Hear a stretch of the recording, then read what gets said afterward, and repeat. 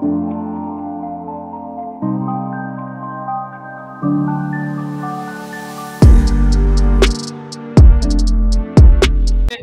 ग्राहकांचे पूर्वापार चालत असलेले मीटर बदलून त्या ठिकाणी स्मार्ट मीटर बसवण्याचं काम महाराष्ट्र सरकारने अदानी करता जे ठरवलेलं आहे त्याच्या विरोधात आम्ही सगळे वीज ग्राहक रस्त्यावर उतरलेलो आहोत।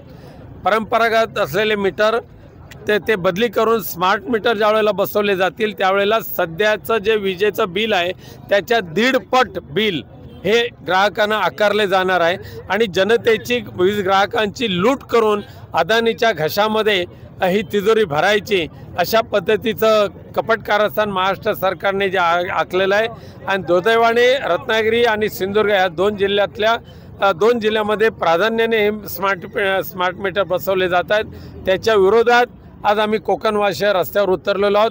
कोणत्याही परिस्थितीमध्ये स्मार्ट मीटर बसवण्याचं धाडस हे MSEB अदानी करता करत असेल तर त्याला तीव्र धिक्कार किंवा त्याचा तीव्र विरोध आम्ही केल्याशिवाय राहणार नाही। आतापर्यंत बहुतांश ठिकाणी जे आहेत मग शहरात असेल किंवा ग्रामीण भागामध्ये असेल मोठ्या प्रमाणात हे मीटर जे आहे ते बसवले गेले। आता पुढची भूमिका काय असेल? मीटर बसवताना हे अदानीचे दलाल जे आहेत हे गपचूप येतात आणि त्या घरमालकाला परवानगी न घेता त्याचा मीटर बॉक्स उघडतात, गपचूप बसवतात आणि पळून जातात। तरी आजच्या आंदोलनाच्या निमित्ताने आम्ही संबंधित अधिकाऱ्यांना सांगणार आहोत ताबडतोब बसवलेले हे मीटर रद्द करा, नाहीतर आम्हाला ते काढून तोडून फोडून ते त्याचं जाळून टाकावं लागते। आम्ही एक 15 दिवसाचं अल्टिमेटम त्यांना देणार आहोत, पण 15 दिवसात सुद्धा जर मीटर बसवण्याचं काम चालू ठेवलं तर जो अधिकारी येईल त्याला मात्र त्याला घरी पाठवावं लागेल। असं सांगितलं जातं की बसवायलाच सांगितलं, हे बसवायलाच पाहिजे, जबरदस्ती करतात।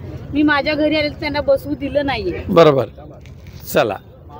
अशाच नवनवीन घडामोडी पाहण्यासाठी 24 न्यूज चॅनलला आत्ताच सबस्क्राईब करा, शेअर करा आणि बेल आयकॉनला प्रेस करायला विसरू नका।